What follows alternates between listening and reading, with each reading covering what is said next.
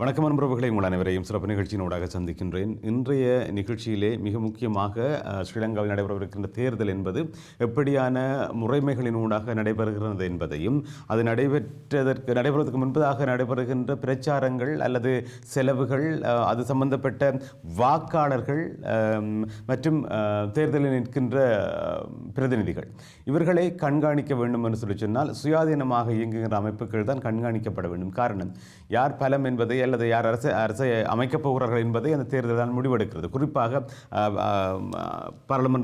நாடாளுமன்றத்தில் வரவிருக்கின்ற பிரதிநிதிகள் வந்ததன் பின்னராக எடுக்கப்படுகின்ற முடிவுகளுக்கு அப்பால் இவற்றை எல்லாவற்றையும் கவனிக்க வேண்டிய தேவை இருந்து கொண்டு இருக்கிறது. இது உலகளவிய ரீதியில் இருக்கின்ற ஒரு நடைமுறை தான். ஆனால் ஸ்ரீலங்காவை பொறுத்த வரைக்கும் அண்மையிலே எடுக்கப்பட்ட பல முயற்சிகளின் ஊடாக இவர்களை நாங்கள் அடையாளப்படுத்திக் கொள்ளலாம்.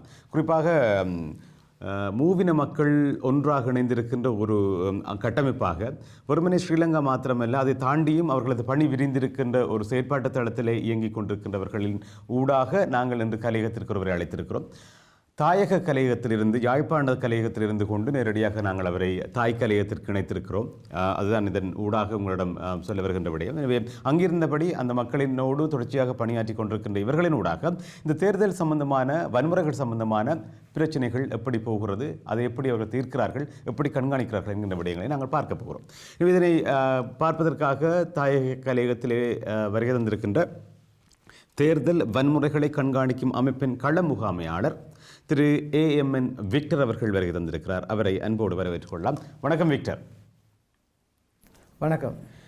அல்லது உங்களை இந்த நேரத்தில் சந்திப்பது மகிழ்ச்சி. பொதுவாகவே நாங்கள் வேட்பாளர்களை சந்தித்திருக்கின்ற ஒரு களத்திலே உங்களை சந்திக்கின்றோம். வேட்பாளர்களையே கண்காணிக்கின்ற அமைப்புகளுள் நீங்கள் கள முகாமையாளராக செயற்பட்டு கொண்டிருக்கின்றபடியால் இந்த நேரத்திலே உங்களது வகிவாகம் என்பது மிக முக்கியமானது. முதலிலே உங்களது அமைப்பு பற்றியதான சிறிய அறிமுகம் எங்களுக்கு வேண்டும். நீங்கள் பொதுவாக பல்லின சமூகங்களோடு பணியாற்றி கொண்டிருந்தாலும் இந்த குறிப்பிட்ட தேர்தலிலே உங்களது பணி என்ன, எப்படியான வேலைகள் செய்கிறீர்கள்?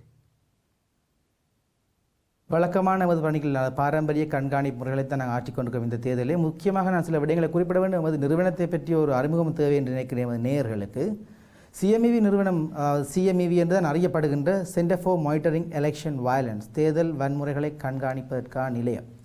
CMEV 1997ஆம் ஆண்டு குறிப்பிட்ட 3 நிறுவனங்களுடைய கூட்டாகத்தான் உருவாக்கப்பட்டது. CPA என்று அறியப்படுகின்ற சென்டர் ஃபார் பாலிசி ஆல்டர்னேட்டிவ், மாற்றுக்கொள்கைகளுக்கான நிலையம், அதைவிட சுதந்திர ஊடக இயக்கம் மற்றும் இன்ஃபார்ம் என்று சொல்லப்படுகின்ற மனித உரிமைகளை ஆவணப்படுத்துவதற்கான நிறுவனம். இவை 3ம் தான் இந்த CMEV உருவாக்கினார்கள். அதிலிருந்து நான் கிட்டத்தட்ட 23 தேர்தல்களை கண்காணித்து வருகின்றோம் இன்று வரைக்கும்.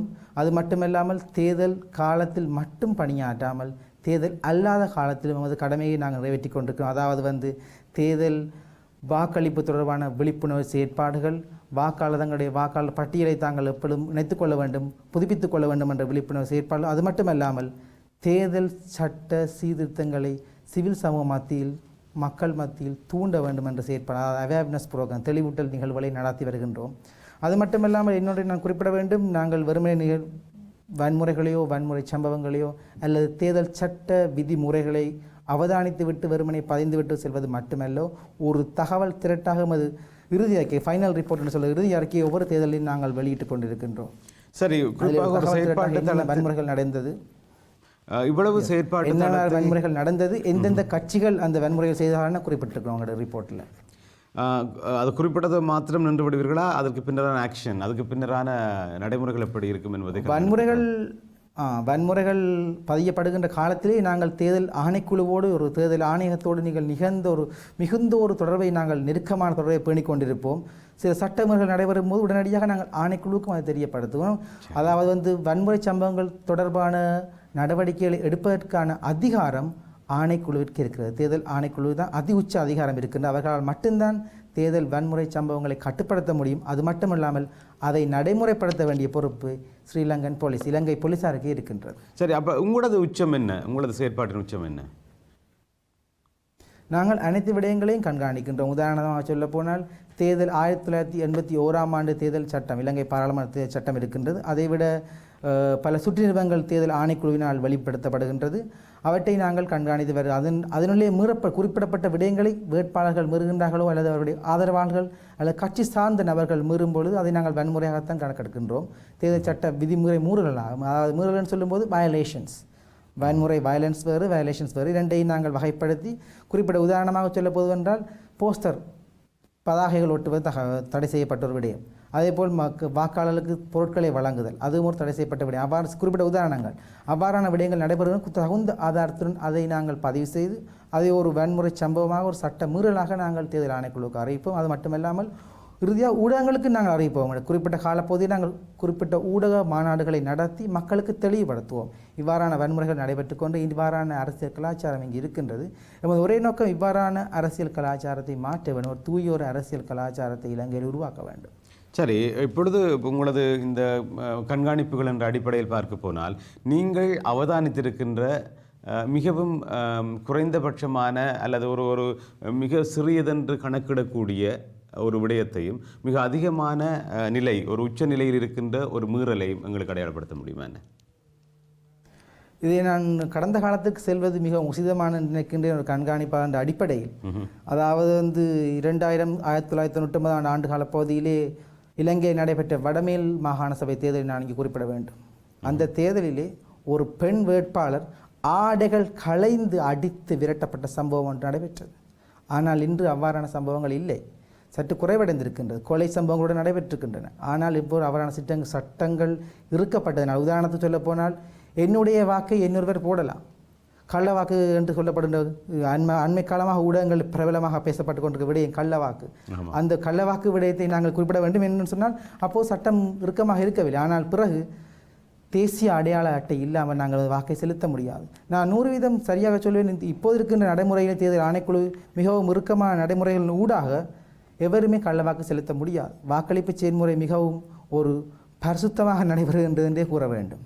சரி, நீங்கள் அந்த கள்ளவாக்கு இந்த கேள்வி கேட்கலாம் நம்புகிறேன். அண்மையிலே ஊடகங்களுக்கு இப்பொழுது நாடாளுமன்ற தேர்தலில் போட்டியிடுகின்ற சிவஞானம் ஸ்ரீதரன் அவர்கள் தான் 17க்கும் மேற்பட்ட கள்ள வாக்குகள் போட்டதாக ஒப்புக்கொண்டிருந்த ஒரு செய்தியை நீங்களும் பார்த்திருப்பீர்கள் நம்புகின்றேன். எனவே இந்த கள்ளவாக்கு கலாச்சாரம் என்பது அவர்களாலேயே ஒப்புக்கொள்ளப்பட்ட ஒன்றாக காணப்படுகிறது. இதற்கு நீங்கள் என்ன நடவடிக்கை எடுத்த? நீங்கள் நடவடிக்கை எடுக்கும் அதிகாரத்தில் நாங்கள் இல்லை என்பதை மீண்டும் தெளிவுபடுத்திக் கொள்ள விரும்புகின்றேன். தேர்தல் ஆணைக்குழு தான் அதற்கான நடவடிக்கை எடுக்க வேண்டும். அதை விடுத்து அது என்ன மாதிரியான தற்போது நான் நேற்றுத்தான் கிளிநொச்சி மாவட்டத்தினுடைய சிரேஷ்ட போலீஸ் அத்தியட்சரை சந்திப்பதற்கான வாய்ப்பு கிடைத்தது. அப்போது நான் அவரிடம் வினவி இருந்தேன் இந்த விடயம் சம்பந்தமாக. அவர் சொல்லியிருந்தால் அதற்கான விசாரணைகள் நடைபெற்று கொண்டிருக்கின்றன என்றும், அது விசாரணைகள் முடிவுறாமல் நாங்கள் அது சம்பந்தமான எந்த விதமான கருத்துக்களையும் வெளிப்படுத்தக்கூடாது என்று சொல்லியிருந்தார் தேர்தல் காலத்திலே. அதுதான் என்னுடைய நிலைப்பாடு. விசாரணைகள் ஒரு வேட்பாளர் இன்னொரு வேட்பாளர் சம்பந்தமாக முறைப்பாடு செய்திருப்பதாகவும் அதற்கான விசாரணை நடைபெறுவதாக கூறினார்கள். அதன் சம்பந்தமான கருத்துக்களை நானும் இங்கு தெரிவிப்பது உசிதமானது அல்ல நினைக்கின்றேன். சரி, எனவே இப்படியான ஒரு சூழலில் அந்த கள்ளவாக்கு போடுதல் என்பது ஏற்றுக்கொள்ளக்கூடிய விடயம் என்பதை நீங்கள் அவதானித்திருப்பீர்கள். ஏற்றுக்கொள்ளக்கூடியதா ஏற்றுக்கொள்ளக்கூடாதா? இது இந்த கள்ளவாக்கு போடுதல் என்பது ஏற்றுக்கொள்ள முடியாது தானே? அது ஒரு வன்முறையாகத்தான் நாங்கள் முந்தைய காலத்தில் நாங்கள் பதிவு செய்திருக்கின்றோம். உங்களுக்கு உதாரணம் ஒன்று குறிப்பிட வேண்டும். இந்த ஒரு வாக்களிப்பு நிலையத்திலே ஒரு கண்காணிப்பாளர் இந்த வாக்களிப்பு நிலையத்திலே ஒரு தவறான செயல்முறை இடம்பெற்று கள்ளவாக்கு போடப்பட்டிருக்க என்று உறுதிப்படுத்தி நாங்கள் தகவலை தேர்தல் ஆணைக்குழுவுக்கு வழங்கும் இடத்தில் அந்த வாக்களிப்பு நிலையத்தை பெறுபவர்களை சூனியமாக்குவது, அந்த வாக்களிப்பு நிலையத்தை சூனியமாக்குவதற்கான அதிகாரம் தேர்தல் ஆணையத்துக்கு இருக்கிறது. அதை நாங்கள் எவ்வாறு கொண்டு வந்தோம் என்று சொன்னால், தேர்தல் ஒரு தேர்தலில் குறிப்பிட்ட ஒரு தேர்தலிலே ஒரு பேலட் பாக்ஸ் வாக்குப்பட்டியினுள் போலீஸ் அதிகாரி அருகில் நிற்க தேர்தல் அதிகாரிகள் அருகில் நிற்கும் பொழுது பலவந்தமாக ஒரு குழுவினர் வாக்குச்சீட்டுகளை நிறுத்தி தள்ளி போட்டு கொண்டிருந்தார்கள். ஆனால் அவ்வாறான சூழ்நிலை இப்போது இல்லை. ஆகவே இப்போது கள்ளவாக்கள் என்பது சாத்தியமில்லை. ஆனால் அதை நாங்கள் வன்முறையாக பதிவு செய்தோம். அந்த புகைப்படத்தை எடுத்து ஒரு பெண் CMEV கண்காணிப்பாளர் அவர் நூடாகத்தான் அந்த விடயம் வெளிக்கொண்டப்படும் அந்த தேர்தலில். அதே போல் கள்ளவாக்கு போடுவது அந்த நேரத்தில் மிகவும் ஒரு தவறான விடயமாகத்தான் அந்த நேரத்தில் கருதப்பட்டது. ஆனால் இந்த தேர்தலுக்கும் அதற்குமான சம்பந்தம் எனக்கு என்னவென்று சரியாக கூறி எனக்கு அதனுடைய விவரம் தெரியாமல் நாங்கள் கருத்து தெரிவிக்க முடியாது. சரி, தேர்தல் ஆணைக்குழுடைய முடிவு. சரி, ஆனால் இப்போ இன்னொரு கேள்வி இருக்குது. தேர்தல் வாக்கு போடுகின்ற இடத்தை பொறுத்த வரைக்கும் எண்ணுகின்ற இடத்திலே ஊடகவியலாளர்கள் அனுமதிக்கப்படுவார்கள், வாக்களிக்கப்படுகின்ற இடத்திற்கு அருகாமையில் அனுமதிக்கப்படுவார்கள். உங்களை எந்த எல்லை வரை அனுமதிக்கிறார்கள்? நாங்கள் வாக்களிப்பு நிலையத்திற்கு உள்ளே செல்ல முடியும். நீண்ட நேர கண்காணிப்பு, அதாவது நீண்ட வாக்களிப்பு ஆரம்பித்த நேரத்திலிருந்து முடிவுறு நேரம் வாக்குப்பட்டிகள் சீல் செய்யப்படும் நேரம் வரைக்கும் அங்கே இருக்கலாம் அவர்கள். சரி, அந்த நேரத்தில் குறிப்பாக நீங்கள் வாக்கெண்ணும் நிலையத்திலும் நாங்கள் கண்காணிக்கலாம். அந்த வாக்களிப்பு நிலையத்திலும் கூட நாங்கள் சென்று கண்காணிக்கலாம். சரி, அப்படின்னா வாக்களிப்பு நிலையத்தில் குறிப்பாக இந்த தொலைபேசிகளின் ஊடாகவோ அல்லது வேறு ஒளிப்பதிவு கருவிகளின் ஊடாக ஒளிப்பதிவு செய்வதற்கான அனுமதிகள் இருக்கிறதா என்னங்க? எனக்கு தெரிந்தது இதுவரைக்கும் இல்லை. அப்படியான சம்பவங்கள் உங்களோட தேர்தல் மீறலாக பார்ப்பீர்களா என்ன? தேர்தல் சட்டமுறையாக தான் பார்க்கலாம். இதுவரைக்கும் அவ்வாறான சம்பவங்கள் நடைபெற்றதா எனக்கு தெரியவில்லை. வாக்களிப்பு நிலையத்துக்குள்ளே மிகவும் ஒரு ஆரோக்கியமான சூழ்நிலை தான் இருக்கும் வாக்களிப்பு நிலையத்திற்குள்ளே. ஏனென்று சொன்னால் அனைத்து கட்சியோடு சேர்ந்த வாக்களிப்பு நிலைய முகவர்கள் இருப்பார்கள். ஒருவர் தவறு செய்தால் மற்றவர்கள் எங்களுக்கு அறிவிப்பார். எங்களுக்கு சுயாதீன கண்காணிப்பாளர் இருப்பார்கள். அதைவிட போலீஸார் கடமையில் இருப்பார்கள். அதைவிட அங்கே உச்ச அதிகார வரம்பிலே அந்த வாக்களிப்பு சிரேஷ்ட தலைமை தாங்கும் அலுவலர் அந்த வாக்களிப்பு நிலையத்தினுடைய அவர்கள் இருப்பார்கள். அவ்வாறு சந்தர்ப்பத்தில் தவறுகள் நடைபெறுவதற்கான சாத்தியங்கள் மிக மிக குறைவு. சரி விக்டர், நீங்கள் இப்பொழுது இந்த பகுதிக்கான கள முகாமையாளராக வேலை செய்கிறீர்கள். இலங்கை முழுவதற்குமான கள முகாமையாளர் வேலை செய்கின்றேன். ஆனால் தமிழ் மொழி காரணமாக நான் அதிகமாக வடக்கு கிழக்கை நான் கூட கவனித்துக் கொள்வது கூட அதிகமான விடயங்களை வடகிழக்கு சம்பந்தமாகத்தான் நான் பார்த்துக்கொள்வேன். ஆனால் இலங்கை முழுவதற்கும் களமுகமாக இருக்கின்றேன். சரி, அப்படின்னு சொல்லி சொன்னால் உங்களுக்கு சில விஷயங்கள் தெரிஞ்சிருக்கும் நம்புகிறேன். குறிப்பாக வடகிழக்கு என்று வருகின்ற பொழுது டிஎம்பிபி இருக்கிறது, டிஎன்ஏ இருக்கிறது, இப்படி பல கட்சிகள் இருந்து கொண்டே இருக்கின்றன. இவற்றில் அதிக வன்முறைகளில் ஈடுபட்ட கட்சியாக எதையானும் உங்களை சொல்ல முடியுமா? நாங்கள் கட்சிகள் சார்ந்து பிரிப்பதில் வன்முறைகளை இவ்வளவான வன்முறைகள் நடைபெற்றிருக்குன்னு சொல்லுவோம். தேர்தல் காலத்தில் கட்சிகளுடைய பெயர்களை நாங்கள் குறிப்பிடுவது இன்னொரு கட்சிக்கு ஒரு பாதகமான விடயமாக அமையலாம். ஆகவே நாங்கள் தற்போது நான் எனது விடயத்தில் குறிப்பிட விரும்பவில்லை. ஆனால் எங்கள் ஊடகவியலாளர் சந்திப்பிலே நாங்கள் குறிப்பிடுவது வழக்கம். அது என்னுடைய அதிகார வரம்பிற்கு அப்பாற்பட்டது. எங்களுடைய தேசிய இணைப்பாளர் இருக்கிற எங்களுடைய சம அழைப்பாளர்கள் இருக்கிறார்கள். அவர்கள் குறிப்பிட்ட தக்க தருணத்திலே அந்த ஊடக சந்திப்பை நடத்துவார்கள். அந்த சந்திப்பிலே தேவையான விடயங்கள் பகிரப்படும் என்பதை நான் குறிப்பிட விரும்புகிறேன். சரி, இந்த நேரத்தில் இந்த விடயங்களை நீங்கள் கொஞ்சம் விலகி போகிறபடியாக நான் அதை விட்டுட்டு இன்னொரு விஷயம் கேட்கலாம்னு நம்புகிறேன். குறிப்பாக மஹிந்த தேசப்பிரிய அண்மையிலே யாழ்ப்பாணத்துக்கு விஜயம் செய்திருந்த பொழுது, தேர்தல் ஆணையாளர் விஜயம் செய்திருந்த பொழுது அதிகமான வன்முறைகள் யாழ்ப்பாணத்தில் நடைபெறுவதாக, விதிமீறல்கள் நடைபெறுவதாக குறிப்பிட்டிருந்தார் தனது சபையிலே. இதை எப்படி நீங்கள் பார்க்குறீங்க? உண்மைக்கும் அப்படி நடந்தது தானே? அப்படி நடந்ததற்கான காரணங்கள் என்னவாக இருக்கின்றது? உண்மையிலே இதுவரைக்கும் பாரியளவான வன்முறை சம்பவங்கள் எங்கே பதிவிடப்படவில்லை. யாழ்ப்பாணத்தை பொறுத்த வரைக்கும் முன்பு குறிப்பிட்டது போன்று கட்சி அலுவலகம் தாக்கப்படுவது, கொலை சம்பவங்கள், கூறிய ஆயுதங்களால் அப்படியான சம்பவங்கள் எதுவுமே இங்கே பதியப்படவில்லை.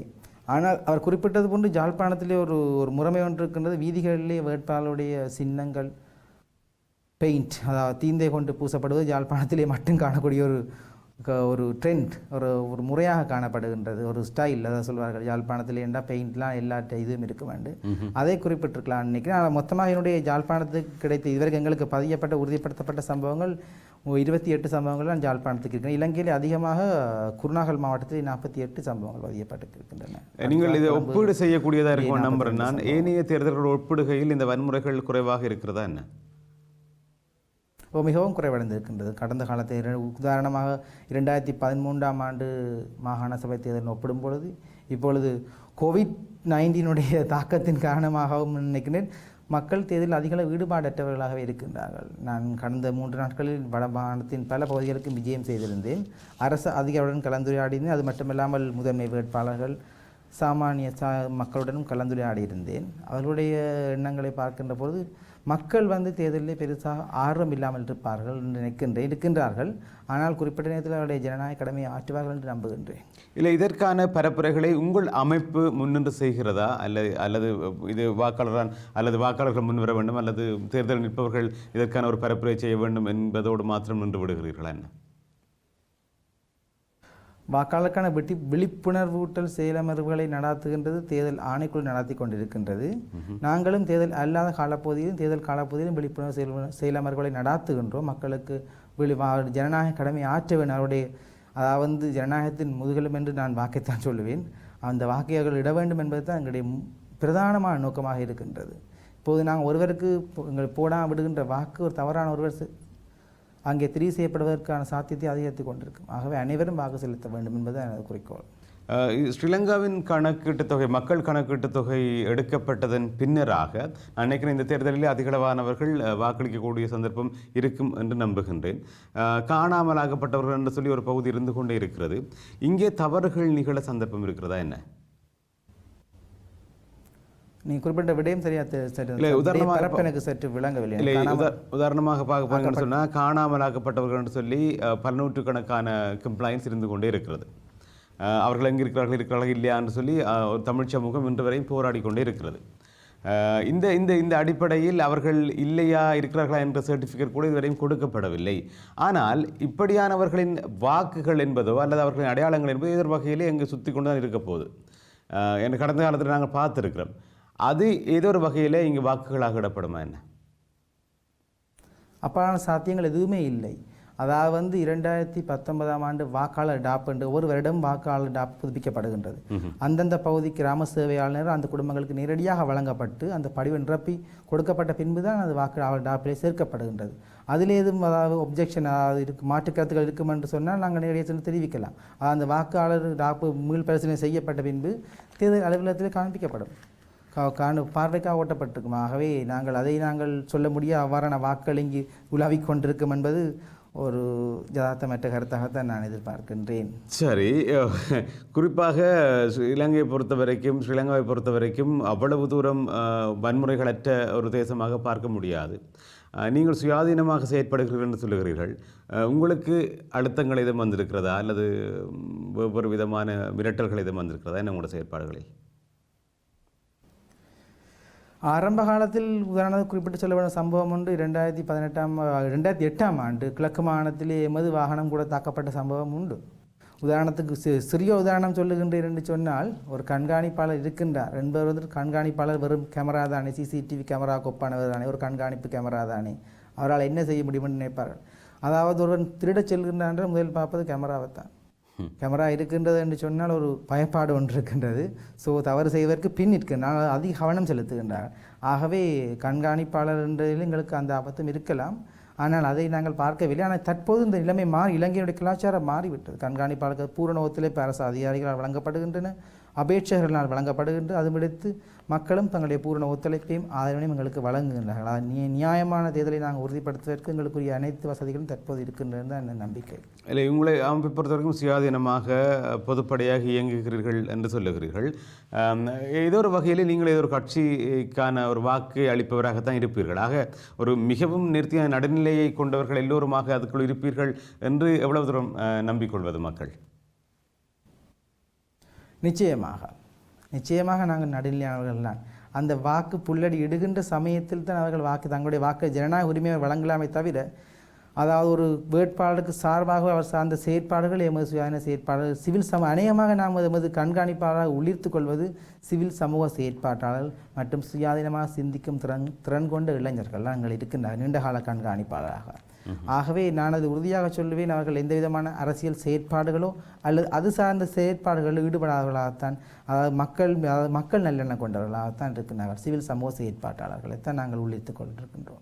இப்பொழுது நீங்கள் ஸ்ரீலங்காக்குள்ளே இயங்கிக் கொண்டிருக்கின்ற தேர்தல்கள் சம்பந்தமான சுயாதீன கண்காணிப்பு நிலையமாக இருந்து கொண்டிருக்கிறீர்கள். ஆனால் சர்வதேச அளவிலிருந்து அதனை கண்காணிப்பதற்காக வருகின்ற இன்னொரு அமைப்பு சார் நிபுணர்கள் பலர் வருவார்கள். அவர்களுக்கும் உங்களுக்குமான வித்தியாசங்கள் என்ன? அவர்களோடு சேர்ந்து பணியாற்றுகிறீர்களா? அது எப்படி? நிச்சயமாக அவர்கள் எங்களுடன் இணைந்து நாங்கள் பணியாற்ற அதாவது நாங்கள் சில தகவல்களை அவருடன் நாங்கள் பரிமாறிக்கொள்வோம்.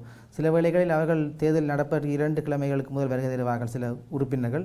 சிலர் நீண்ட காலமாக இங்கு தங்கியிருப்பார்கள். அவர்களுடைய அதாவது நீண்டகால அடிப்படையான கண்காணிப்பாளர்கள் நாங்கள் ஸ்ட்ராட்டஜிக் இந்த மாதிரியான போக்கு சம்பந்தமாக நாங்கள் கலந்துரையாடல் நடத்தி இருக்கின்றோம். நமக்குள்ளே ஒரு பரஸ்பர உறவு இருக்கின்றது. எனவே அவர்கள் வருகின்ற பொழுது ஏதோ ஒரு வகையிலே இந்த மக்களின் வாக்கு செலுத்துகின்ற வீதத்தில் உங்களாலும் அல்லது அவர்களும் இணைந்தபடியே தாக்கம் செலுத்த முடியுமா என்ன வீதத்தில்? வாக்களிப்பு வீதம் என்று சொல்லுகின்ற போது மக்கள் உணர்ந்து வாக்களிக்க வேண்டும். மக்களுடைய அந்த ஒரு தெளிவுத்தன்மை ஏற்பட வேண்டுமே தவிர கண்காணிப்பால் இருக்கின்றார்கள் என்று நாங்கள் பயம் இல்லாமல் வாக்களிக்கலாம். ஏதோ ஒரு வகையில் அது வகைபாகம் இருக்கிறது தானே, நீங்கள் இருக்கிறீங்க ஒரு பயம் இல்லாமல் இருக்கலாம், அல்லது நேர்மையாக போடலாம் என்கின்ற ஒரு வகையில் உங்களது பரப்பு அமையுமா இல்லையா? கண்டிப்பாக கண்டிப்பாக பொதுமக்களிடமே எங்களுக்கு அதிகமான முறைப்பாடு கிடைக்கப்பட்டிருக்கின்றது. நாங்கள் எங்களுடைய நீண்டகால கண்காணிப்பாளர்கள் மாவட்ட ரீதியில் அமர்த்தி இருக்கின்றோம்.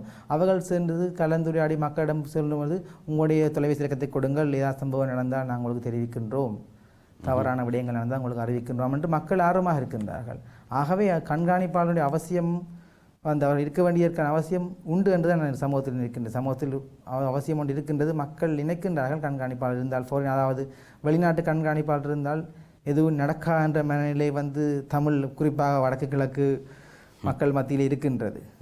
ஒரு சர்வதேச பிரச்சனை இருக்க வேண்டும். ஆகவே துரதிருஷ்டவசமாக இந்த வருடம் COVID-19 காரணமாக அது இவ்வளவு தூரம் சாத்தியமாகும் என்று எனக்கு தெரியவில்லை. ஆனால் இங்கிருக்கின்ற சில தூதரங்கள் நீண்ட கால கண்காணிப்பாளர்கள் கண்காணித்துக் கொண்டு ஐக்கிய நாடு சபை கண்காணிப்பாளர்களும் தேர்தலை ஆண்டிலே ஒரு களத்திலே நடக்கின்றன கண்காணிக்கிறது வழக்கம். அதனால் அவ்வாறான ஒரு கண்காணிப்பு செயல்முறை ஒன்று இருந்து கொண்டிருக்கும். தேர்தல் அல்லாத பொதுவான கண்காணிப்பு முறை ஒன்று இருக்கும் என்று பொதுவாக இப்படியான ஒரு நிர்வாக கட்டமைப்பு என்று வருகின்ற பொழுது தமிழர்களின் ஆதிக்கம் மிக குறைவாக காணப்படுகின்ற ஒரு சூழல் நாங்கள் தொடர்ச்சியாக பார்த்து கொண்டு வரோம்.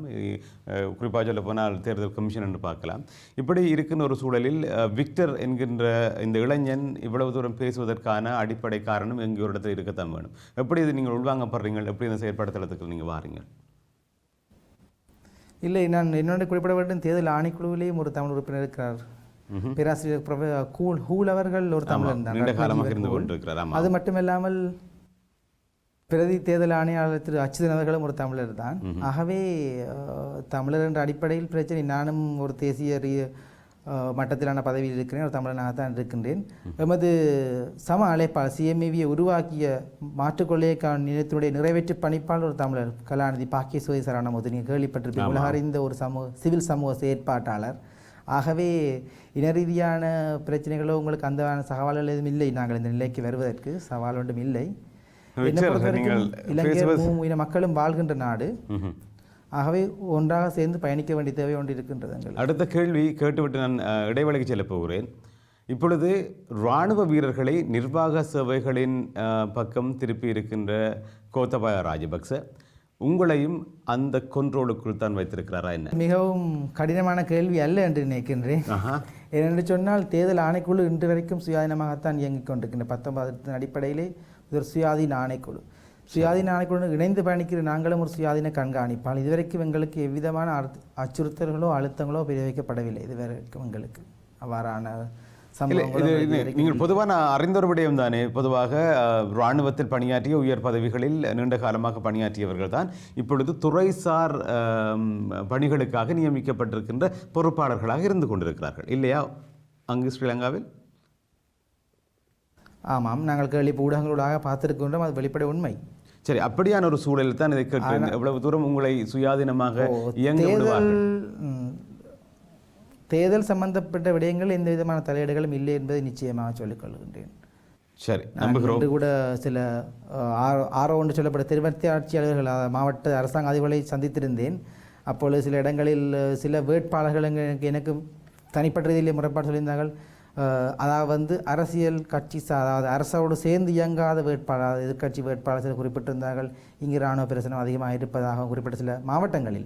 ஆனால் அந்த திருவத்தி ஆட்சியாளருடன் நான் கதைத்த போது சொல்லியிருந்தார்கள், அவ்வாறான எந்த விதமான சிக்கல்களும் தங்களுக்கு இல்லை, நிர்வாக ரீதியான அழுத்தங்கள் எதுவுமே பிரயோகிக்கப்படுவது அல்ல என்றும் தாங்கள் சுயாதீனமாகவே கடமைகளை ஆற்றுவதாகவும் குறிப்பிட்டிருந்தார்கள். குறிப்பாக தேசிய பாதுகாப்பு என்ற விடயத்தில் தாங்கள் கருத்து தெரிவிக்க முடியாது என்றும் குறிப்பிட்டிருந்தார்கள். சரி, குறிப்பாக நீங்கள் வடகிழக்கு பகுதியில் பணியாற்றுகிறீர்கள் என்கின்றபடியால் இந்த கேள்வியை நான் கேட்கின்றேன். அதிக அளவிலான இராணுவ பிரசன்னம் இருக்கின்ற பகுதி வடகிழக்கு பிரதேச பகுதி. எனவே அவர்கள் இந்த தேர்தல் காலங்களிலே தங்களது கடமைகளுக்காக பாதுகாப்பு கடமைகளுக்காக நிற்கலாம். இவர்களின் மூலமாக மக்கள் மத்தியிலே அச்சமோ அல்லது வேறு விதமான எண்ணங்கள் தோன்றி இந்த தேர்தலிலே அவர்கள் வாக்களிக்கின்ற வீதத்தையோ அல்லது எண்ணங்களையோ ஏதோ ஒரு விதத்திலே பாதிக்குமா என்ன?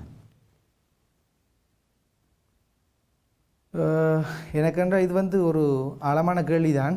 இந்த விடய பரப்பு தேர்தலையும் தாண்டி பதில் சொல்ல வேண்டிய ஒரு பரப்பு. நான் தேர்தல் காலத்திலே அதுக்கு என்ன சொல்கிறது அதற்குரிய குறிப்பிட்ட பதிலை நான் வழங்குவது நான் கட்டாயத்தில் இருக்கின்றேன். அதாவது கடந்த காலங்களில் பல தேர்தல் நடைபெற்றிருக்கின்றன. 2013ஆம் ஆண்டு மாகாண சபை தேர்தல் நடந்தது. அப்போதும் இராணுவத்தில் இங்கிருந்தார்கள், ஆனால் மக்கள் வாக்களித்தார்கள். ஆகவே தேர்தல் ஆணையாளர் குறிப்பிட்டது போல் தேர்தல் செயற்பாடுகளிலோ தேர்தல் பாதுகாப்பு செயற்பாடுகளிலோ எந்த வகையிலுமே இராணுவத்தினர் சம்பந்தப்படுத்தப்படவில்லை இன்று வரைக்கும். தேர்தலிலும் அவ்வாறே இருக்கும். ஆகவே அதை பற்றி மக்கள் வீணாக அஞ்ச தேவையில்லை. தங்களுடைய ஜனநாயக கடமையை ஆற்ற முன்வர வேண்டும் என்பதுதான் எனது வேண்டுகோள். சரி, அது உங்களது நிலைப்பாடாக இருந்து கொண்டிருக்கிறது. ஆனால் மறுபுறத்தில் நாங்கள் பார்க்கின்ற பொழுது அந்த மக்களுக்கு தேவையான ஒரு இராணுவ கட்டமைப்பை தாண்டி மேலதிகமான இராணுவ வீரர்கள் அங்கே பிரசன்னமாக இருக்கிறார்கள் அல்லது நிரந்தரமாக இருந்து கொண்டிருக்கிறார்கள் என்பது தான் யதார்த்தமான உண்மை. சரி, இதற்கு அப்பால் நாங்கள் நகர்ந்து செல்லாமல் நம்புகிறேன். குறிப்பாக உங்களது கண்காணிப்பு வலயம் என்பது அல்லது கண்காணிப்பு என்பது தேர்தல்கள் வன்முறையை தேர்தலில் நிற்கின்ற அல்லது வேட்பாளர்களாக இருக்கின்றவர்கள் மீது தான் பார்க்கிறீர்களா, இல்லை அதை தாண்டி ஏதோ ஒரு வன்முறையில் ஈடுபட்ட மக்களையோ அல்லது வன்முறை தூண்டுகின்ற ஊடக செய்திகளையோ இதை கண்காணிக்கின்ற முறைமை இருக்கிறதா என்ன? நான் இந்த கண்காணி முறை பற்றி சற்று விரைவாக கூற வேண்டும் என்று விரும்புகின்றேன். நாங்கள் வேட்புமனு தாக்கல் செய்யப்பட்ட காலப்பகுதியிலிருந்து, குறிப்பாக தேர்தல் காலத்தை பற்றி மட்டுமே குறிப்பிடுகின்றேன், வேட்புமனு தாக்கல் செய்யப்பட்ட காலப்பகுதியிலிருந்து தேர்தலுக்கு பின்னரான ஒரு வார காலப்பகுதி வரைக்குமே நாங்கள் நீண்ட கால கண்காணிப்பாளரை நியமிக்கின்றோம். அவர்களை பல சிவில் சமூக பிரதிநிதிகள், பல்கலைக்கழகமாக என்று சரியான ஒரு நேர்முக தேர்வின் அடிப்படையில் தான் அவர்களை நாங்கள் உள்ளிருப்பு செய்கின்றோம். அதற்கான அனைத்து ஆவணங்களும் நிறுவனத்தில் இருக்கின்ற என்ன காரணத்துக்காக அவர்களை நாங்கள் விலக்கி இருக்கின்றோம். அவர்களை உதாரணத்துக்கு ஒரு தேர்தலில் நாங்கள் இன்டர்வியூ டியூட்டிக்கு வர்றீங்கன்னு சொன்னால் இன்டர்வியூ செய்யும்போது ஏதோ ஒரு வகையில் அவருடைய உறவினராக மிகவும் நெருங்கிய உறவினர் அரசியல் பின்னணி இருந்தால் அவரை நாங்கள் விலக்கி விடுவோம். அவர் சுயாதீனமாக இருந்தாலும் கூட இரண்டாவது சுயாதீனத்திறமை அங்கே கேள்விக்குறியாகும். ஆகவே அவ்வாறான இலங்கை முழுவதுமாக நாங்கள் 100 கண்காணிப்பாளரை நியமித்திருக்கின்றோம். மாவட்ட ரீதியாக 100 கண்காணிப்பாளர்கள் தேர்தல் காலப்பகுதி முழுவதுமாக அவதானிப்பார்கள். அதை விடுத்து தேர்தல் தினத்தன்று தேர்தல் வாக்குச்சாவடிகளில் வாக்கிடும் நடவடிக்கை ஆரம்பிக்கப்பட்ட நேரத்திலிருந்து வாக்குப்பட்டி சீல் செய்கின்ற நேரம் வரைக்கும் தரித்தின்று கண்காணிக்கின்ற தேர்தல் தின கண்காணிப்பாளர்கள் 3000 பேர் வரைக்கும் நாங்கள் நியமித்திருக்கின்றோம் இந்த தேர்தல் கண்காணிப்பதற்காக. அதை விட தேர்தல் தினத்தன்று உங்களுக்கே தெரியும், வாக்குச்சாவடிக்கு நான் ஏற்கனவே குறிப்பிட்டது போன்று தவறுகள் நடப்பதற்கான சாத்தியங்கள் குறைவு. ஆனாலும் வாக்குச்சாவடிக்கு அந்த அழிக்கப்பட்ட அந்த 500 மீட்டர் பிரதேசத்துக்கு என்று உங்களுக்கு தெரியும், தங்களுக்கு சிறிய சிட்டைகளை போடுவது, வாக்காளர் மீது செல்வாக்கு செலுத்தும் வகையிலே குறிப்பிட்ட சில நடவடிக்கைகள் ஈடுபடுவது, கை காட்டுறது, மூக்கு காட்டுறது, நாக்கு காட்டுறது, நிறைய வன்முறைகள் நீங்கள் பார்த்துருப்பீங்கள், சம்பவங்கள், முறைப்பாட்டு சம்பவங்களை. அப்படியான சில சம்பவங்களை தடுப்பதன் நோக்கத்துடனும் வாக்குச்சாவடி உள்ளேயும் சென்று கண்காணிக்கும் வகையிலே நாங்கள் நடமாடும் கண்காணிப்பு வாகனங்கள் கிட்டத்தட்ட 150 வாகனங்களை இலங்கை பூராகவும் நாங்கள் பணிக்கு அமர்த்தி இருக்கின்றோம். அதிலே 2 நடமாடும் கண்காணிப்பாளர் இருப்பார்கள். அவர்கள் நேரடியாக சென்று கண்காணிப்பு நிலையத்தினுள்ளே சென்று அங்கு வாக்களிப்பு செயல்முறையை கண்காணித்து வருவது மட்டுமில்லாமல் வெளியிலே எவ்வாறான சூழ்நிலைகள் இருக்கின்ற என்பதையும் கண்காணிப்பார்கள். அதை விடுத்து நாங்கள் வாக்கெண்ணும் செயல்முறைக்காக 500 வாக்கெண்ணும் நிலைய கண்காணிப்பாளர்களை இலங்கை பூராக நியமித்திருக்கின்றோம். வாக்கெண்ணும் செயல்முறை நீதியானதும் சுதந்திரமாக நடைபெறுகின்றதா என்பதை பார்ப்பதற்காக கண்காணிப்பாளர்கள் 500 பேரை நியமிக்கின்றோம். அது மட்டுமில்லை, இன்னொன்று குறிப்பிட வேண்டும், இந்த தேர்தல் தின கண்காணிப்பாளர் என்ற விடயத்தில் சிஎம்இ ஒன்றுதான் எப்பொழுதுமே மாற்று வலு உள்ளவர்கள், அவருடைய உரிமைகள் உங்களுக்கு தெரியும், வடகிழக்கு பொறுத்து அதிகமான மாற்று வலுவர்கள் இருக்கின்றார்கள் யுத்தத்தின் காரணமாக. அதே போன்று இலங்கை பூராகவும் இருக்கின்றார்கள். அவர்களுடைய உரிமைகள், அவர்களுக்கான வாக்களிக்கின்ற வசதிகள் செய்தரப்பட வேண்டும் என்று உரத்து குரல் கொடுத்த நிறுவனங்கள் சிஎம்இ ஒன்று. ஆகவே எமது கண்காணிப்பு செயல்முறையில் கூட அந்த 3000 கண்காணிப்பாளர்கள் கிட்டத்தட்ட 150க்கு மேற்பட்ட 150 வரைக்கும் 200 கண்காணிப்பாளர்களை நாங்கள் மாற்று வலுவுள்ளவர்களாக நியமிக்கின்றோம். சரி, இவ்வாறான செயல்முறை இருக்கின்ற போதும் எங்களது தேசிய கண்காணிப்பாளர் மற்றும் குறிப்பிட்ட உயர்தர நான் வடக்கு மாநிலத்தில் தேர்தல் தினத்தன்று வடக்கு மாநிலத்தில் நிற்பேன். அவ்வாறு குறிப்பிட்ட சில எங்களுடைய உயர் அதிகாரிகளை நாங்கள் அனுப்புவோம், பிராந்திய ரீதியாக அனுப்புவோம். அவர்கள் ஒரு ஆய்வு செயல்முறை தேர்தல் செய்கின்ற போது ஆய்வு செயல்முறை எவ்வாறான முறையில் நடைபெறுகின்றது, வன்முறையில் எவ்வாறான விதத்தில் வாக்களிப்பு போன்ற சில உயர்மட்ட பணிகளில் இருப்பார்கள் அவர்கள் தேர்தலை கண்காணித்து கொண்டு. அது மட்டுமில்லாமல் சம அழைப்பாளர்கள் ஒருவர் தேர்தல் ஆணையத்தில் இருப்பார். அந்த நேரத்தில் உடனடியாக முறைப்பாடு நடந்தால் உடனடியாக தேர்தல் ஆணையத்திலே அதுக்கான நிவர்த்தி செய்கின்ற நடவடிக்கையில் ஈடுபடுவார். இதே நேரத்தில் உங்களுக்கு தெரியும், தேர்தல் வன்முறைகள் என்று வருகின்ற பொழுது ஏதோ ஒரு வகையிலே மிக கடினமான சூழலை அது உருவாக்கி கொள்ளும். ஆயுதங்கள் தடுத்தவர்கள் கூட நின்றிருப்பார்கள் அந்த வன்முறைகளை பொறுத்த வரைக்கும். ஆக நீங்கள் இதை கண்காணிக்கிறீர்கள், பார்க்கிறீர்கள் என்று சொல்லி சொன்னால் உங்களுக்கு ஒரு பாதுகாப்பு வளையம் அல்லது பாதுகாப்பு பலம் ஒன்று இருக்க வேண்டும். அது எப்படி இருக்கிறது உங்களுக்கு? எங்களுக்கு நிச்சயமாக எங்கள் மனச்சாட்சி நமது பாதுகாப்பாக இருக்கின்றது. உண்மையை சொல்ல போனால் இதுக்கு எங்களுக்கு அந்த பாதுகாப்பு என்ற விடயத்தில் நாங்கள் சிந்திப்பது இல்லை. அதுவே போல் நாங்கள் கண்காணிக்கின்ற போது பாதுகாப்பு தேவையில்லை, வெறுமனே கண்காணிப்பு தான் நாங்கள் செய்கின்றோம். ஸோ சில விடயங்களை மக்களுக்கு தெளிவு வெளிக்கொண்டவன் இவ்வாறான விலை நடக்கின்றது, இவ்வாறான அரசியல் கலாச்சாரத்தை மாற்ற வேண்டும், அதுக்காகத்தான் நாங்கள் பாடுபடுறோம். எங்களுக்கு ஒரு பாதுகாப்பு தேவை என்ற விடயத்தை நான் இதுவரைக்கும் சிந்தித்தது இல்லை. நான் ஏற்கனவே குறிப்பிட்டது போன்று 2008 கிழக்கு மாநிலத்தில் விமானம் கூட தாக்கப்பட்டது. அது யாரால் தாக்கப்பட்டதுன்னு சொல்ல முடியுமா? யாரால் தாக்கப்பட்டது எனக்கு அந்த சரியான விவரங்கள் என்னிடம் இல்லை. அது சம்பந்தமான சரியான விவரங்கள். ஆனால் தாக்கப்பட்டது குறிப்பிட்ட சிலர் கண்காணிப்பு செயல்முறையால் பாதிக்கப்பட்டவர்களாகத்தான் இருப்பார் என்று நான் குறிக்க விரும்புகின்றேன். கண்காணிப்பு செயல்முறை இருப்பதனால் அவருடைய தவறான நடவடிக்கைகளை செய்ய முடியாதவர்களால் தான் தாக்கப்பட்டிருப்போம் என்பதை நான் இங்கே கூறிக்கொள்ள விரும்புகின்றேன். சரி, நீங்கள் நழுவி போகின்றபடியால் நான் அதிகமாக அதை பற்றி கேட்கவில்லை. குறிப்பாக நீங்கள் செய்கின்ற பணிகளிலே இந்த முறை நான் நினைக்கின்றேன் மிகவும் முக்கியமான ஒரு பகுதியாக அனைத்து வாக்காளர்களையும் நேரடியாக சென்று அவர்களது விவரங்களை திரட்டுவதாக அறிகிறோம். என்ன அடிப்படை இதை திரட்டுவதற்கான அடிப்படை? எனக்கு இந்த கேள்வியில் நான் கேட்கணும், எவ்வாறான ஒரு தேர்தல் ஆணைக்குழுவினுடைய உத்தியோகத்தில் சென்று எடுக்கின்றார்கள் இல்லாட்டி வேறு? இல்லை, நான் அறிந்ததன்படி நீங்கள் போய் வேட்பாளர்களிடம் செலவுகள் சார்ந்து அவர்களது நிலை சார்ந்து பல விவரங்களை சேகரிப்பதாக நாங்கள் அறிகின்றோம். ஏன் அதை செய்கிறீர்கள்? என்ன அடிப்படையாக? அதாவது ஒரு நிஜமான ஜனநாயகம் என்பது ஒரு வேட்பாளர் எல்லோ வேட்பாளருக்கும் ஒரு சமமான தளம் இருக்க வேண்டும். சமமான தளத்தில் தான் நாங்கள் போட்டியிட வேண்டும். அது ஈக்குவல் கிரவுண்ட் சொல்லுவார்கள். சமமான தளத்தில் போட்டியிடாமல், உதாரணத்துக்கு சொல்லப்போனால் ஒருத்தர் 100 மீட்டர் ரேஸ் ஓடிக்கொண்டு மற்றால் 150 மீட்டர் ஓடிக்கொண்டு 100 மீட்டர் வெள்ளம் ஓடி முடிச்சிடுவேன். அந்த சமதான தளத்தை தான் நான் உருவாக்க விரும்புகின்றோம். அதனால் வேட்பாளருடைய தேர்தல் செலவினங்களை கண்காணிக்கின்றோம். அந்த கண்காணிப்பு செயல்முறை அந்த இலக்கங்கள் வெறுமனே ஒரு தகவல் திரட்டாக ஒரு மேலே இலக்கங்களாக இருக்காமல் அடுத்த ஒரு தேர்தல் சட்ட மறுசீரமைப்புக்கு நாங்கள் செல்ல வேண்டும். குறிப்பாக சொல்லுவோம், நீங்கள் இந்த விடயத்தை ஞாபகப்படுத்தி நல்ல ஒரு நேரம்தான். இந்த தேர்தல் பிரச்சார நிதிகளை பொறுத்தவரையிலே ஒரு கட்டுப்படுத்தப்பட செயல்முறை என்பது இங்கே இலங்கையில் குறிப்பிட்ட சட்டங்கள் இல்லை. பிரச்சார நிதிகளுக்கான சட்டங்கள் எதுவுமே இல்லை. ஆகவே இது சம்பந்தமாக எமது நிறுவனமும் பெப்ரல் நிறுவனமும் ஒரு டிராஃப்ட் ஒன்றை வரைந்து நாங்கள் தேர்தல் ஆணையத்தில் கையெழுத்திருந்தோம். தேர்தல் ஆணையம் அதற்கான ஒரு சட்ட வரைவை வரைந்து சட்டமா ஆய்வு திணைக்களத்திலே கையெழுத்திருக்கின்றது. அது சம்பந்தமான நடவடிக்கைகளை இன்னமும் சட்டமா ஆய்வு திணைக்களம் மேற்கொண்டிருக்கிற சில திருத்தங்களை மேற்கொள்ள வேண்டியிருக்கிறது. அவ்வாறான ஒரு சட்டம் வருமிடத்தில் அனைத்து வேட்பாளருக்கும் ஜனநாயகம் இருக்கும் என்று நினைக்கின்றேன். ஆகவே தான் நாங்கள் இந்த தேர்தல் பிரச்சார நிதிகளை கண்காணிக்கின்றோம். குறிப்பாக சொல்லப்போனால் கடந்த ஜனாதிபதி தேர்தலில் போட்டியிட்ட வேட்பாளர் சில செய்த மொத்த தொகை, அதாவது அக்டோபர் 13ஆம் தேதியிலிருந்து நவம்பர் மாதம் 13ஆம் தேதி வரைக்கும் அவர்கள் செலவு செய்ய தொகையானது, நாங்கள் செலவு செய்ய வீச்சு கிட்டத்தட்ட மதிப்பிட்ட தொகையானது 3796 மில்லியன் ரூபாய், இலங்கை ரூபாய்கள். அந்த ஒரு பாரிய ஒரு முதல் அங்கு செலவு செய்யப்பட்டிருக்கின்றது. அதை நான் குறிப்பிட விரும்புகின்றேன் இங்கே என்னென்றால், அதாவது கடலிலே மிதக்கின்ற பனிமலை போன்ற ஐஸ்பர்க் போன்றதான் இந்த செலவினங்கள். எங்களுக்கு பார்க்க எவ்வளோ தெரியுது, உள்ளே எவ்வளோ இருக்குமென்று எங்களுக்கு தெரியும். எவ்வளோ இதை விட அதிகமாகவும் செலவு செய்யப்படுது. பணம் யாருடைய பணம்? அந்த கேள்வி எங்களுக்கு இன்று வரைக்கும் இருக்கின்றது. இப்பொழுது இருக்கின்ற தமிழ் பிரதேசங்களில் அறிந்ததன் அடிப்படையில் பெருமளவிலான பணப்புழக்கம் காணப்படுவதாக நாங்கள் அறிகிறோமே. நான் வந்தபொழுது நான் பார்த்தேன், அதிகளவான வேட்பாளருடைய முக்கியமான நோக்கமாக இருக்குது என்று பார்க்கும்பொழுது அவருடைய வாக்கு தேவை. அந்த வாக்கு தேவைக்காக தங்களுடைய பணத்தை செலவழிக்க, தங்களுடைய கொள்கைகளை மக்கள் மத்தியில் கொண்டு சேர்க்க வேண்டும் என்பதற்காக பல்வேறு உத்திகளை கையாளுகின்றார்கள். அந்த உத்திகளின் அடிப்படையில் நாங்கள் அனைத்து விடயங்களையும் கண்காணிக்கின்றோம். உறுதியாக சொல்லப்போனால் இலங்கையிலே பிரச்சார நிதிகளை கண்காணிக்கின்ற முறைமையை அறிமுகப்படுத்திய CMEV நிறுவனம் கடந்த ஆண்டு தேர்தலிலே. எனக்கு தெரிந்த வரைக்கும் அது தவறோ தெரியவில்லை, அனைத்து கொம்பவுண்ட், அதாவது அனைத்து விடயங்கள், அச்சு ஊடகங்கள், பண்பலை வரிசைகள், தொலைக்காட்சிகள், அது மட்டுமில்லாமல் களத்தில் நடக்கின்ற பிரச்சார செலவுகள், இவற்றை அனைத்தையும் ஒன்று சேர்ந்து கண்காணிக்கின்ற ஒரு நிறுவனமாக உலகளாவிய ரீதியிலே CMEV தான் இருக்கும் என்று நினைக்கிறேன். என்றால் உதாரணமாக சொல்லப்போனால் ஜோர்ஜியா நாட்டிலே சமூக ஊடகத்தை மட்டும் கண்காணித்தான், சமூக வலைத்தளத்தில் எவ்வாறான பிரச்சாரங்கள் நடைபெறுகின்றது. நாங்கள் சில விடயங்களை பொறுத்த வரைக்கும் நாங்கள் எல்லாத்தையும் கண்காணிக்கின்றோம் சொல்லுகின்றோம். ஆனால் எங்களுக்கு தெரியாமல் சில விடயங்கள் நடக்கலாம். ஆனால் முடிந்த அளவுக்கு நாங்கள் 100க்கு 100% சொல்ல முடியாது. அந்த வீச்சை நாங்கள் ஒரு மதிப்பிடக்கூடிய தொகையை நாங்கள் கண்காணிக்கின்றோம். சில விடயங்கள் நாங்கள் அறிய முடியாக்கலாம்.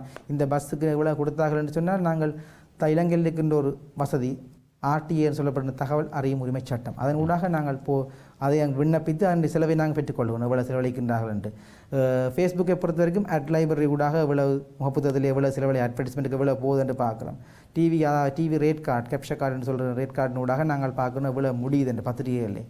அப்படி பார்க்கின்ற போது வெறுமனே 35 வேட்பாளர்கிட்ட செலவழித்த தொகை தான் 3796 மில்லியன் ரூபாய்கள். ஆனால் இப்பொழுது இருக்கின்றது 7452 அமைச்சகர்கள், அவருடைய தொகை மிகவும் அதிகமாக இருக்கும் என்று நம்புகின்றோம். செலவழிக்கின்றார்கள், பார்ப்போம். ஆனால் நாங்கள் மாவட்ட ரீதியாக முடிவுகளை அறிவிப்போம். எவ்வளவு செலவழித்துக்கு ஆண்டு தேர்தல் நெருங்கும் சமயத்தில் ஒரு ஊடக சந்திப்பை நடத்துவோம். அதில் நாங்கள் கட்சிகள் சார்ந்தே தான் வேட்பாளராக இருந்தாலும் கட்சிகள் சார்ந்த அந்த தொகையை நாங்கள் வெளியிடுவோம். சார், இந்த தொகை என்பதை நீங்கள் எப்படி பார்க்க, இதற்கு எல்லை இருக்கிறதா? இவ்வளவுதான் செலவழிக்க வேணும், இவ்வளவுதான் இவர்கள் இதற்கான இலக்கு, இவ்வளவு இதற்கு மேல் செலவழிக்க முடியாது, இதற்கான அப்படி செலவழித்தால் இதற்கான தண்டனைகள் ஏதேனும் இருக்கிறதா என்ன? அருமையான கருத்து. இது மிகவும் வரக்க வேண்டிய ஒரு விடயம் ஒன்று. நேரத்திலே இது சம்பந்தமாகத்தான் நாங்கள் ஒரு பாரியோர் முன்னெடுப்புகளை மேற்கொண்டிருந்தோம் கடந்த வருடங்களில். அதன் விளைவாகத்தான் இன்று தேர்தல் ஆணைக்குழு ஒரு வரைந்து சட்ட இதனங்களில் கையெழுத்திருக்கின்றது. கேம்பெயின் ஃபைனான்ஸ் ரெகுலேஷன், பிரச்சார நிதிகளை ஒழுங்குபடுத்துவதற்கான சட்டம். அது சில திருத்தங்களுக்காக இன்னும் சட்ட மாதினகத்தில் இருக்கின்றது. அநேகமாக அடுத்த தேர்தல்களில் நாங்கள் அதை எதிர்பார்க்கிறோம். அடுத்த தேர்தல்களில் அது வந்தால் மக்களுக்கு ஒரு சமமான ஜனநாயக களம் இருக்கும். உதாரணமாக சொல்லப்போனவென்றால், நானும் ஒரு பயங்கரமான கேள்வி, நீங்கள் மிகவும் நல்லவர், ஆனால் நான் என்னுடைய பிரச்சார உத்திகள் அதிகளவான பணத்தினால் மக்களை கவர்ந்து அதை செய்தால் பிரச்சார உத்திகள் நான் தாராளமாக செலவழிக்கின்றேன். ஆனாலும் கூட நல்ல கொள்கைகளுக்கு இருக்கின்றன, ஒன்று என்ன ஜனநாயகம் இருக்குது. ஆனால் அதை வெளிப்படுத்துவதற்கான பணம் போதாமல் இருக்கின்றது. மக்கள் கவர்ச்சியை நோக்கி போவதனால் அங்கே சமநிலைத்தன்மை என்பது இருக்காது. அவை நிஜமான ஜனநாயகம் என்று சமனான களத்திலே போராட வேண்டும். சமனான களத்திலே போட்டிட்டு வெல்வர்களால் நிஜமான ஜனநாயக வெற்றியாளர். நாங்கள் ஜனநாயகம் என்று பேசும்பொழுது வேறு செல்வாக்கு செலுத்தின காரணிகள்னாலே அவர்கள் வெல்லக்கூடாது என்பதுதான் நோக்கம். குறிப்பாக சொல்லப்போனால் இன்று மன்னார் மாவட்டத்துக்கு போனபோது ஒரு சில சிவில் சமூக பிரதிநிதிகளை சந்திப்பதற்கான வாய்ப்பு கிடைத்தது. அப்போது அவர்கள் கூறியிருந்தார்கள், இங்கே ஹேட் ஸ்பீச், அதாவது வர்க்கத்தக்க பேச்சுன்னு சொல்லப்படுகின்ற சில மத ரீதியான பிரச்சாரங்கள் நடைபெறுகின்றது. அது ஒரு ஆரோக்கியமான சூழ்நிலை இல்லை என்று குறிப்பிட்டார். எனவே மக்கள்தான் தெளிவாக புரிந்து கொள்ள வேண்டும். இன்னமும் மத ரீதியான பேச்சுக்கள், பிரதேசவாதங்களை பேசிக்கொண்டிருப்பதனால் எந்த விதமான பயனும் இல்லை. நிஜமான ஜனநாயகத்திற்காக நல்ல வேட்பாளரை மக்கள் தெரிவு செய்ய வேண்டும். சரி, நல்ல வேட்பாளர்களை தெரிவு செய்யப்பட வேண்டும் என்றால், ஒரு குற்ற பின்னணியோடு இருக்கின்ற ஒரு வேட்பாளர் நாடாளுமன்றத்திற்கு தெரிவு செய்யப்பட்டால் அது ஏற்றுக்கொள்ளக்கூடியதா என்ன? நிச்சயமாக இல்லை. மக்களை தொடர்பாக தங்கள் அறிவினை தெளிவுபடுத்திக் கொள்ள வேண்டும். இது நீங்கள் மக்களை நோக்கி நான் இதை கேட்கவில்லை. மக்கள் தீர்மானிக்கிறார்களா இல்லையா என்பது சில மக்களுக்கு தெரியாது. இவர் குற்றப்பண்ணோடு இருக்கிறாரா இல்லையான்னு கூட தெரியும். ஆனால் உங்களை போன்றவர்களுக்கு தெரியும். தகவல் அறியும் உரிமை சட்டத்தின் ஊடாக பெற்றுக்கொள்ளக்கூடிய இவர் தவறு செய்திருக்கிறார், இவருக்கு இந்த பிரச்சனை இருக்கிறது பின்னணியில், இவரை நீங்களாகவே முடிக்கொடுக்கலாம் தான், இவர் நிற்கக்கூடாது தேர்தலில் என்று சொல்லி எங்களுக்கு முடிவெடுக்கும் அதிகாரம் இல்லைத்தானே. ஆனால் நாங்கள் மக்களுக்கு வெளிப்படுத்தலாம். அதை நாங்கள் இல்லை, அப்படி வரலாமா என்ற கேள்வி அதுதான். அப்படி குற்ற பின்னணியோடு இருக்கின்ற ஒருவர் நாடாளுமன்றத்திற்கு தெரிவு செய்யப்படலாமா வாக்குகளின் மூலம்? நிச்சயமாக இல்லை. என்ன தனிப்பட்ட கருத்து குற்ற பின்னணியுள்ள உறுதிப்படுத்தப்பட்ட ஒருவர் நாடாளுமன்றத்தில் மக்களின் தலைவனாக செல்வது அவ்வளவு உதிசமானது அல்ல. உண்மையாக சொல்லப்போனால் அது ஒரு தடை செய்யப்பட வேண்டிய ஒரு விடயம் என்னை பொறுத்தவரை. இதை நீங்கள் உங்களது நிலைப்பாட்டிலிருந்து பார்க்க முடியாது. ஒருவர் தாக்கல் செய்கின்ற பொழுதே அதை அறிந்திருக்க முடியும் தானே இல்லையா? அல்லது அப்படிப்பட்ட ஒருவரை நீங்கள் தாக்கல் செய்ய அனுமதிக்க கூடாது இல்லையா உங்களை போன்ற அமைப்புகள்? வாக்கு, அதாவது நாங்கள் சொல்ல பொறுத்து வாக்கு கேட்பது மற்ற தேர்தலில் நிற்பது என்பது அடிப்படை ஜனநாயக உரிமை. இலங்கையில் இருக்கிற பிரஜையில் ஒருவருடைய 18 வயதுக்கு மேற்பட்ட அனைத்து பிரஜைகளுடைய உரிமை. அதை வாக்களிப்பது, அந்த வேட்புமனுவை அதாவது அனுமதிப்பதா இல்லை பெற்றுக்கொள்வதா என்பது தேர்தல் ஆணைக்குழு தீர்மானிக்க வேண்டிய விடயங்கள். சில தவறுகள் இருப்பதனால் சில வேட்புமனுக்கள் நிராகரிக்கப்பட்ட சம்பவங்கள் இருக்கின்றன. அது வேட்புமனு பூர்த்தி விடயங்களோ அது சம்பந்த வேறு விடயங்கள். ஆனால் குற்ற பின்னணி சம்பந்தமாக அது நீதிமன்றத்தில் தீர்ப்பிடப்பட்டவர் என்று சொன்னால் அது சம்பந்தமாக வேட்புமனு நிராகரிக்கின்ற அதிகாரம் இருக்கின்றது தேர்தல் ஆணைக்குழுவிற்கு. இல்லை, நான் கேட்கிறேன், உங்களது பணிக்குள்ளது வருகிறதா இல்லையா? நீங்கள் அதை கண்காணிக்க மாட்டீங்களா என்ன? நாங்கள் தேர்தலுடன் சேர்ந்து தேர்தல் வன்முறைகளை மட்டும்தான் கண்காணிக்கிறோம். நாங்கள் தேர்தல் நேரத்திலே செய்கின்ற வன்முறை இந்த மாதிரியான செயற்பாடுகள் இருக்கின்றன. தேர்தல் செயல்முறையோடு ஒப்பிட்ட பிரச்சார செயற்பாடுகளோடு சேர்ந்த வன்முறைகளை தான் நாங்கள் கண்காணிக்கின்றோம். சரி, அது மட்டுமில்லாமல் தேர்தல் முடிவில் அறிவிக்கப்பட்ட பின்பு வருகின்ற முறைப்பாடு, அதாவது தேர்தல் முடிவில் அறிவிக்கப்பட்ட பின்பு கட்சி வேட்பாளர்கள் ஆதரவாளருடைய பிரச்சனைகள் வர கைகலப்புகள் அவ்வாறான விடயங்களை அவதானித்துக் கொண்டிருக்கின்றோம். சரி, சில இடங்களில் செல்வாக்கு இருக்கின்றது என்பதை. சரி, சில இடங்களில் பார்த்தீங்கன்னு சொல்லி சொன்னால் மிருகங்களுக்கு மேலாக ஆடுகள் மாடுகளுக்கு மேலே போஸ்டர் ஒட்டி தங்களது பிரச்சாரத்தை செய்தாக்களை பார்க்குறோம் நாங்கள். இதெல்லாம் உண்மைக்கு உங்களுடைய இது அமைப்பினூடாக அனுமதிக்கப்படுகிறதா இல்லை நீங்கள் அதை கண்காணிக்கிறீங்களா என்ன?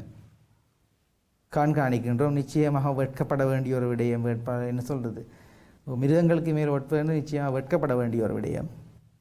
ஒரு மனிதநேயம் உள்ள மனிதர்களும் ஒட்ட மாட்டார்கள். ஆனால் எங்களுடைய சட்டங்கள், அதாவது 1981ஆம் ஆண்டு சட்டம் இருக்கின்றது என்னை பொறுத்த வரைக்கும் இப்பொழுது போதாது. நாங்கள் காலத்தின் தேவை மாற்றம் ஒன்று தான் தேவையான ஒன்று. இப்போது மாற்றம் ஒன்று தான் மாறான்னு சொல்வார்கள் எப்போதுமே. அந்த 1980 ஆக்டில் இருக்கிறது வந்து அதாவது போஸ்டர்ஸ் ஒட்டுறது அந்த போஸ்டர் ஒட்டும் பொழுது கையுமையுமா பிடிபட்டால் அதற்கான தண்டனையாக இருக்கின்ற ஃபைன் ₹100 தான். அவரை போய் பிடிச்சது கோர்ட்ஸில் ஒப்படைக்கிறதுக்கான பெட்ரோல் செலவு வாகனத்தினுடைய எரிபொருள் செலவே அதை விட கூட இருக்குமென்னு நினைக்கிறேன். ஆகவே திருத்தங்களை கொண்டு வரப்பட வேண்டும். மீண்டும் அந்த பழைய சட்டத்திலே நாங்கள் இருக்காமல் சட்ட திருத்தத்தை மேற்கொள்ள வேண்டும் என்பது என்னுடைய வேண்டுகோள் இந்த நேரத்திலே. சரி, இந்த தேர்தல் பரப்புரைகள் அல்லது தேர்தல் என்கின்ற இந்த விடயம் இப்பொழுது சூடு பிடித்திருக்கின்ற இந்த இலங்கை தீவை ஸ்ரீலங்காவை பொறுத்த வரைக்கும் தேர்தல் பிற்போடக்கூடிய சந்தர்ப்பம் எதுவும் இருக்கிறதா என்ன? நிச்சயமாக இல்லை. நான் அறிந்தவரை தேர்தல் பிற்படுவதற்கான சாத்தியம் எதுவுமே இல்லை. நாங்கள் விரைவாக தேர்தல் நடத்தி முடிப்பதற்காகத்தான் பாடுபட்டு கொண்டிருக்கின்றார்கள் தேர்தல் ஆணைக்குழுவினர். ஆனால் மக்கள் அதை பற்றி நான் நம்புகின்ற மக்கள் தங்களுடைய ஜனநாயக கடமையை ஆற்றுவார்கள் என்று. குறிப்பாக நாங்கள் அது இலங்கை பூராகவும் தேர்தல் ஆணைக்குழு மாதிரி தேர்தலை நடாத்தியிருந்தது. நீங்கள் மொக்பால்ஸ் என்று சொல்லி கேள்விப்பட்டிருப்பீர்கள். மாதிரி தேர்தலை நடாத்தியிருந்த இந்த செயல்முறை எவ்வளவு தூரம் சாத்தியப்பாடானது, முகக்கவசம் அணிந்து உள்ளே வருவது, சமூக இடைவெளியை பின்பற்றுவது என்று பல விடயங்கள் இருக்கின்றன தானே. அதாவது கை சுத்தரிப்பான் சானிடைசரை நாங்கள் போட்டு வந்து மக்களுக்கு எவ்வளோ புதிய அனுபவமாக இருக்கும். மழமையாக பெண்ணை எடுத்து சொல்லுகின்றோம், அவர் பேனாக எடுத்து வாருங்கள் என்று. அப்போ அவ்வாறான விடயங்கள் மக்களுக்கு புதிய அனுபவங்களாக இருக்கும். ஆகவே மக்கள் வாக்களிப்பதற்கு பின்னளிக்கலாம். ஆனால் அதை நாங்கள் நேர விடயம் எவ்வளோ என்று பார்த்துருந்தோம்.